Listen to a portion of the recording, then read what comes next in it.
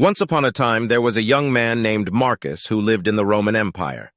Marcus was a kind and intelligent young man, but he was also very shy. He often felt like he didn't fit in with the other young men in his village. One day, Marcus was walking through the forest when he came across a wise old woman. The old woman was sitting on a rock, and she was reading a book. Marcus approached the old woman and asked her what she was reading. The old woman smiled and said, "I am reading about a famous Roman quote. The quote is Carpe Diem, which means seize the day. It means that we should live each day to the fullest and not take anything for granted." Marcus was intrigued by the quote. He had never thought about life in that way before. He asked the old woman to tell him more about it. The old woman explained that the quote was a reminder that life is short. We should not waste our time on things that are not important. We should focus on living each day to the fullest and making the most of every opportunity. Marcus thought about the old woman's words for a long time. He realized that she was right. He had been wasting his time on things that were not important.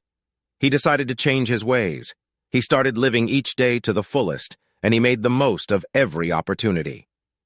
Marcus's life changed for the better. He was happier and more fulfilled. He had more friends, and he was more successful in his work.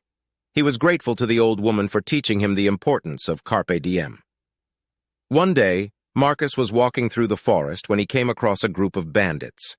The bandits were about to attack a young woman who was traveling alone. Marcus knew that he had to do something, so he stepped in front of the woman and challenged the bandits. The bandits were surprised by Marcus's courage. They laughed at him and told him to move aside. Marcus refused to move. He drew his sword and prepared to fight. The bandits were about to attack Marcus when the old woman appeared. She spoke to the bandits in a calm voice. She told them that they should not hurt Marcus. She said that he was a good man and that he was only trying to help the young woman. The bandits were impressed by the old woman's words. They lowered their weapons and apologized to Marcus. They then left the young woman and Marcus alone. Marcus and the young woman thanked the old woman for her help. The old woman smiled.